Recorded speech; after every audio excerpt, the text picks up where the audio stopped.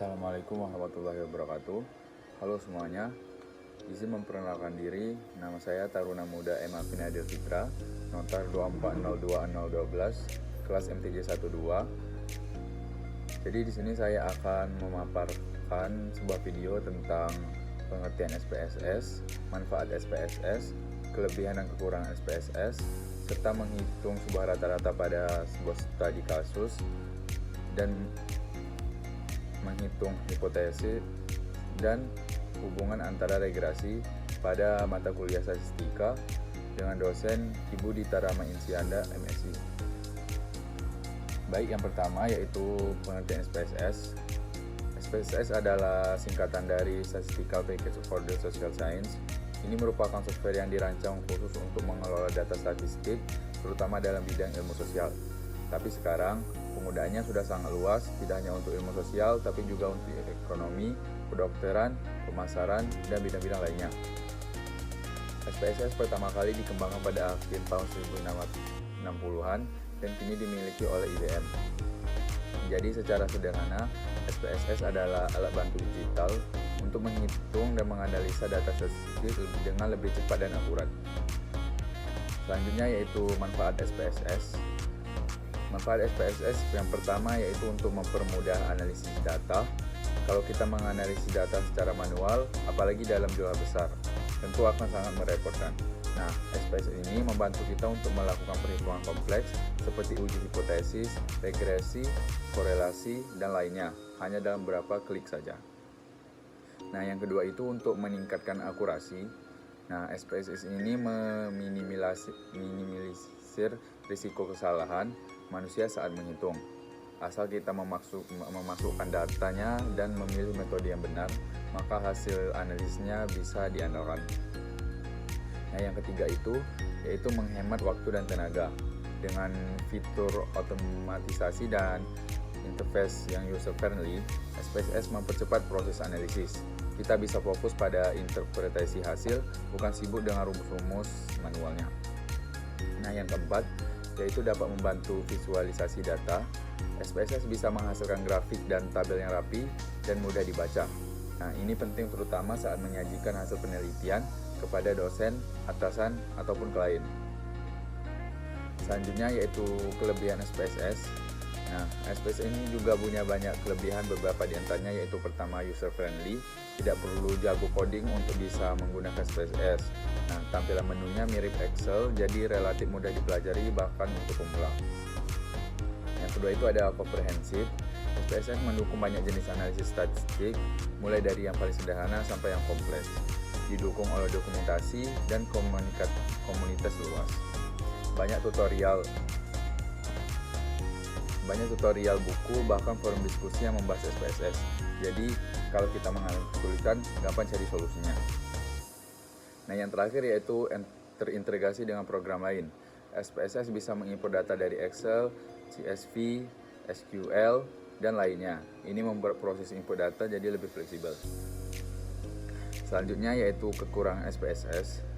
Tentu saja SPSS bukan tanpa kekurangan. Berikut beberapa kelemahan dari SPSS ini. Yang pertama yaitu berbayar dan cukup mahal. Nah, lisensinya SPSS tergolong mahal, terutama untuk versi lengkapnya. Meskipun ada versi mahasiswa, tapi tetap tidak gratis. Nah, yang kedua ada kurang fleksibel untuk programannya. Bagi yang terbiasa dengan software berbasis kode seperti R atau Python, SPSS dianggap kurang fleksibel karena lebih banyak mengandalkan klik menu. Nah, yang ketiga itu ada ukuran file besar dan kadang berat dijalankan di komputer dengan spesifikasi rendah. Kurang cocok untuk big data atau machine learning karena SPSS bukan dirancang untuk data dalam skala sangat besar atau proses komputasi yang rumit seperti AL. Nah, itu tadi adalah penjelasan singkat tentang SPSS, mulai dari pengertian, manfaat, hingga kelebihan dan kekurangannya. Intinya, SPSS adalah alat bantu statistik yang sangat powerful, terutama untuk mahasiswa peneliti dan praktisi yang ingin menganalisis data dan kuantitatif secara cepat dan akurat. Meskipun ada keterbatasannya, SPSS itu tetap menjadi pilihan utama banyak orang karena kemudahan penggunaannya. Yang terpenting kita tahu cara menggunakannya dengan benar dan sesuai kebutuhan. Nah, Baik, selanjutnya saya akan menganalisis data dari sebuah studi kasus dengan menggunakan 3 pendekatan statistik dasar, yaitu 1. Menggunakan rata-rata atau mean, 2. Melakukan pengujian hipotesa, dan 3. Menganalisis hubungan regresinya. Oke, yaitu studi kasusnya.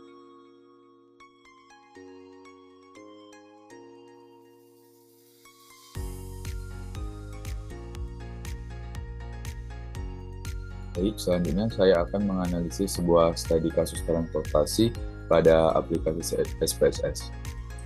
Langsung saja.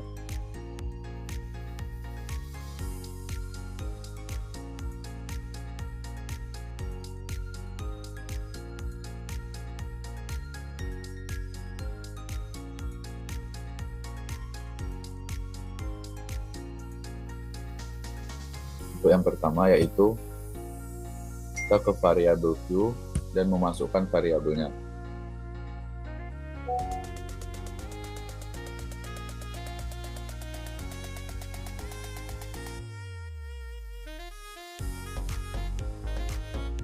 Pertama yaitu trayek,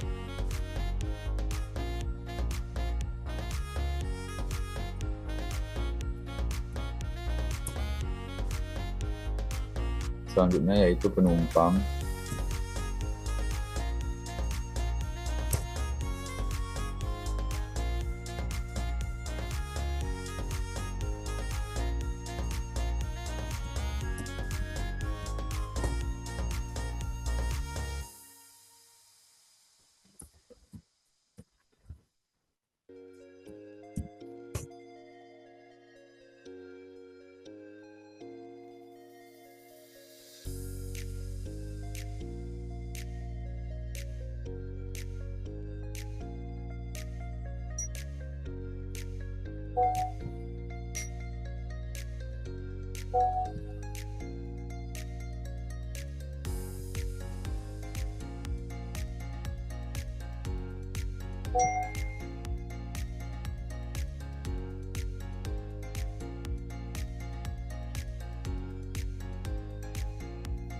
Nah, setelah kita memasukkan variabelnya, kita langsung mengolah data.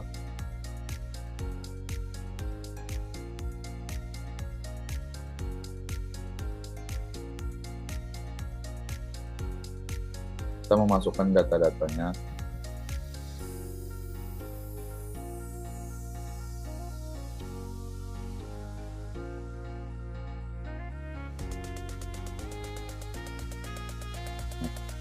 Pada data-data kasus transportasi ini saya akan menghitung, yaitu pertama, hitung rata-rata jumlah penumpang per hari. Lalu kedua, uji hipotesis apakah rata-rata pendapatan tersebut lebih dari 800.000 per hari dengan menggunakan alfa 0,05. Dan yang soal terakhir yaitu analisis regresi dengan apakah jumlah penumpang memengaruhi pendapatannya. Baik, untuk pertanyaan pertama yaitu menghitung rata-rata penumpang per hari.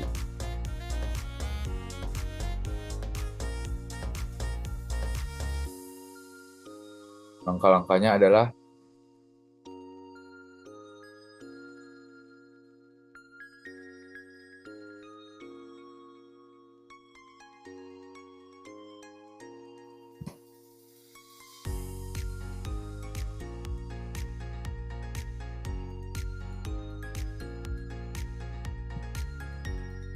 klik analis,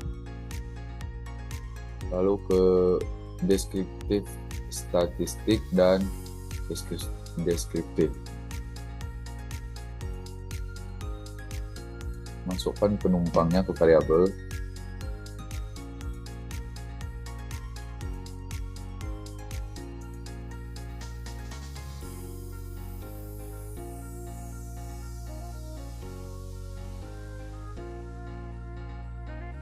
Lalu klik OK. Nah, di sini menghasilkan dengan jumlah penumpang yang minimumnya 40 dan maksimumnya dengan 60. Sehingga dengan rata-rata yaitu 50,40 dengan standar deviasinya yaitu 6,05.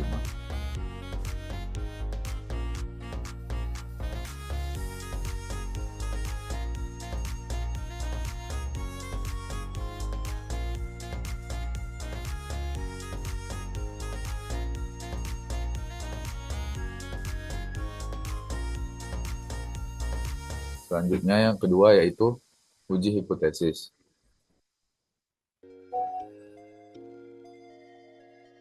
Langkah-langkahnya yaitu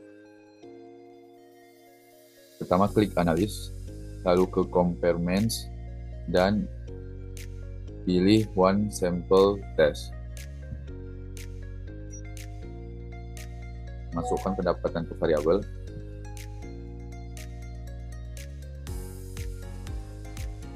Isi value-nya yaitu 480.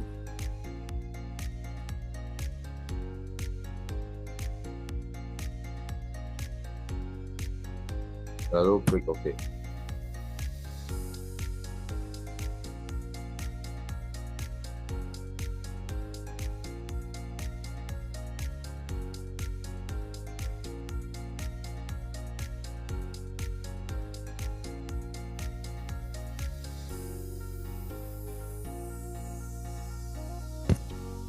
Nah, ini menghasilkan yaitu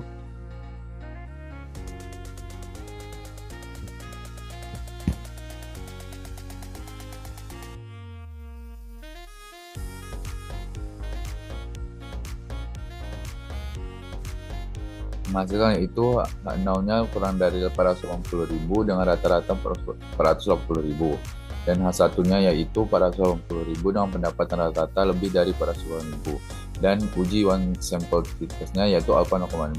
Nah, hasilnya yang di SPS yaitu rata-ratanya yaitu 580,5, dan si kedua tailnya yaitu 0,012, dan dibagi dua karena uji satu arah yaitu 0,06, sehingga hasilnya yaitu karena 0,006 maka kurang dari 0,05, maka terjadilah tolak H0, pendapat rata-rata signifikan lebih besar dari 480.000 per hari.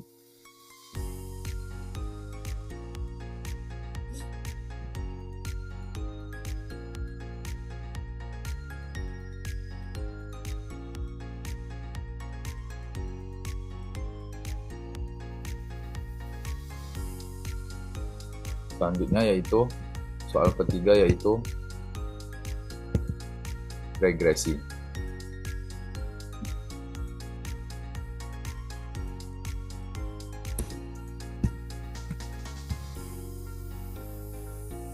Langkah-langkahnya yaitu kita ke klik analis, ke bagian regression, dan pilih linear.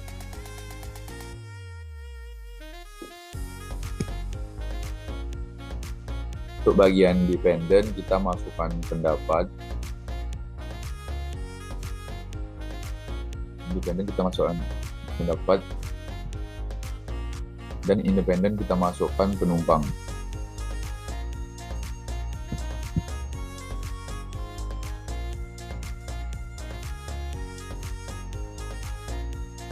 Lalu klik OK.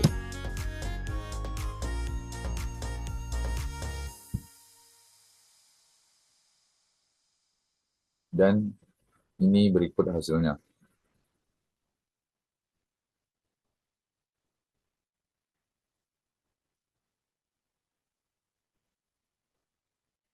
Nah, hasilnya yaitu R kuadrat sama dengan 0,92, jadi hubungannya sangat kuat, dan koefisien B yaitu 10,2 tiap tambahan 1 penumpang, maka pendapatannya naik menjadi 10.200, dan SIG-nya 0,000 kurang dari 0,5 sehingga signifikan. Nah, kesimpulannya, jadi terdapat hubungan positif dan signifikan antara jumlah penumpang dan pendapatan. Nah, itu paparan dari saya mengenai aplikasi SPSS. Saya mohon maaf bila ada salah kata. Saya akhiri. Wassalamualaikum warahmatullahi wabarakatuh.